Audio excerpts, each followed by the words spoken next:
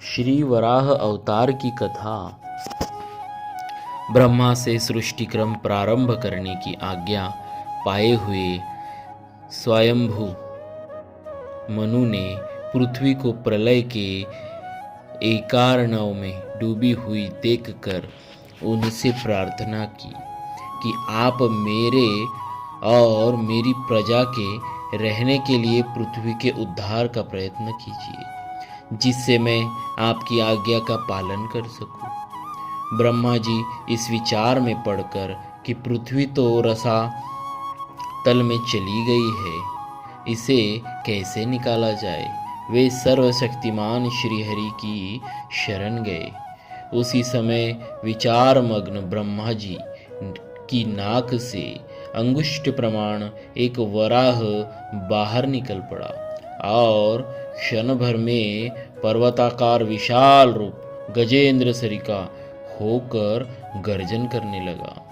शुकर रूप भगवान पहले तो बड़े वेग से आकाश में उछले।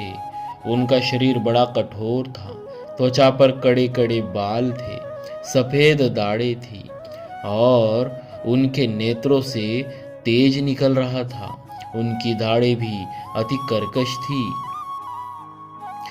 फिर अपने वज्रमय पर्वत के समान कठोर कलेवर से उन्होंने जल में प्रवेश किया। बाणों के समान पैने खुरों से जल को चीरते हुए वे जल के पार पहुँचे। रसातल में समस्त जीवों की आश्रयभूता पृथ्वी को उन्होंने वहां देखा। पृथ्वी को वे दाढ़ों पर लेकर बाहर आए। जल से बाहर निकलते समय उनके मार्ग में विघ्न डालने के लिए महापराक्रमी हिरण्याक्ष ने जल के भीतर ही उन पर गदा से प्रहार करते हुए आक्रमण कर दिया। भगवान ने उसे लीलापूर्वक ही मार डाला।